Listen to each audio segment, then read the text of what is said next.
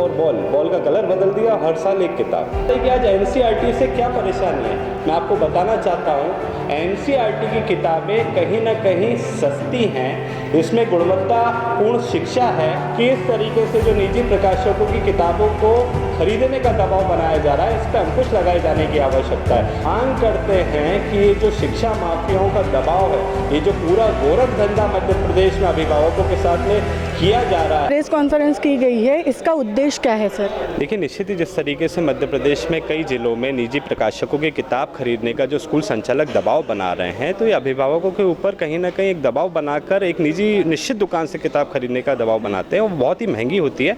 उन किताबों की जगह एनसीईआरटी की किताबों को लागू किया जाए, जो कि सस्ती भी होती है, गुणवत्तापूर्ण भी होती है। उनको लागू ना करके महंगी किताबें जो खरीदने का दबाव बना रहे हैं, अनियमितता है, इसके खिलाफ में हमने निरंतर शिकायतें की, परंतु जिम्मेदार अधिकारी इस पर कोई कार्रवाई नहीं कर रहे हैं। मंत्री महोदय मिलने का समय नहीं दे रहे। तो आज हमने सीएस महोदय को जो पूर्व की शिकायतें थी, उसको स्मरण पत्र के माध्यम से उनको दोबारा प्रस्तुत किया है। पीले चावल देके उनसे कार्रवाई की मांग करते हैं। और मध्य प्रदेश में जो शिक्षा माफियाओं का ये पूरा नेक्सस है, इसको तोड़ने की आवश्यकता है, ताकि जो अभिभावक आज ये पीड़ित है उस पर कार्रवाई हो और उनको स्वतंत्रता हो कि वो किसी भी दुकान से स्वतंत्रता पूर्वक अपनी किताबें, स्टेशनरी और ड्रेस आदि खरीद सके। और ये जो वित्तीय अनियमितता कर रहे हैं, कर की चोरी कर रहे हैं, इस पर भी कार्रवाई करने की हम मांग करते हैं। और जिम्मेदार अधिकारियों को बार बार हम सूचित कर रहे हैं। अगर ये कार्रवाई नहीं होती है तो निश्चित ही पूरे मध्य प्रदेश में चरणबद्ध उग्र आंदोलन हमारे द्वारा, कांग्रेस पार्टी द्वारा किया जाएगा। सर जैसे कि एनसीईआरटी की जो किताबें हैं वो ब्रांड हो चुका है, जैसे बहुत से स्कूल है उसमें एक ब्रांड बना दिया है कि यही किताबें लेनी है, इसी शॉप से लेनी है। मैंने एक यहाँ पे किताब आपको दिखाई है, मैं एग्जाम्पल के लिए लाया हूँ। इसमें आप किताब को देखेंगे तो कहीं भी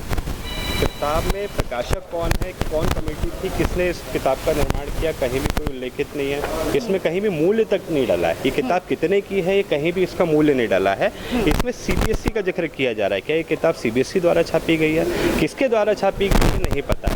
एनसीईआरटी की किताबें सस्ती होती है और एनसीईआरटी की किताबों में लिखा रहता है कि किसके द्वारा छापी गई हैं, किसने कौन कमेटी में था। इसकी कीमतें भी बहुत कम होती हैं, इसलिए निजी स्कूल संचालक इसको अपने सिलेबस में शामिल नहीं कर रहे हैं, क्योंकि इसमें कमीशन भी नहीं मिलता है। आप देखिए 48-50 रुपये की किताब है, इसमें कमेटी का जिक्र है कि किसने किताब का निर्माण किया। ये सभी शासकीय प्रोफेसर और टीचर्स होते हैं। एनसीईआरटी की किताबों में गुणवत्ता होती है परंतु कमीशन नहीं होती है, इसलिए मध्य प्रदेश के स्कूल संचालक इनको अपने सिलेबस में शामिल नहीं करते हैं। ये स्पष्ट रूप से कमीशन का खेल है और उसमें मध्य प्रदेश के लाखों अभिभावक इससे पीड़ित हैं।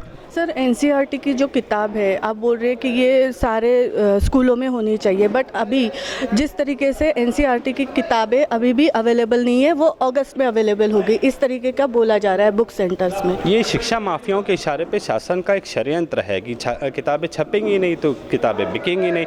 तो कमीशन जब नहीं मिलेगा तो शासन एनसीईआरटी की किताबें क्यों छापेगी? ये तो प्रशासनिक कमजोरी, लाचारी है। प्रशासन को ये पिछले साल दिसंबर में कार्रवाई पूरी कर लेनी थी, जनवरी तक छप जाना था, फरवरी मार्च तक किताबों की दुकान तक पहुंच जाना था, ताकि अप्रैल में जब नया सत्र प्रारंभ होता है तो अभिभावक उन एनसीईआरटी की किताब को खरीदते और उससे सस्ते दामों पे अपने बच्चों को पढ़ाते, गुणवत्तापूर्ण शिक्षा प्राप्त होती। परंतु कमीशन नहीं मिलती, इसलिए शासन में जो जिम्मेदार अधिकारी हैं वो एनसीईआरटी की किताबों को लागू नहीं कर रहे। सर इससे बच्चों का काफ़ी नुकसान हो रहा है। जी निश्चित ही, जब आपको गुणवत्ताहीन शिक्षक, महंगी और गुणवत्ताहीन शिक्षा मिलेगी तो देश के भविष्य किस दिशा में जाएगा, इसकी चिंता सरकार को करनी चाहिए।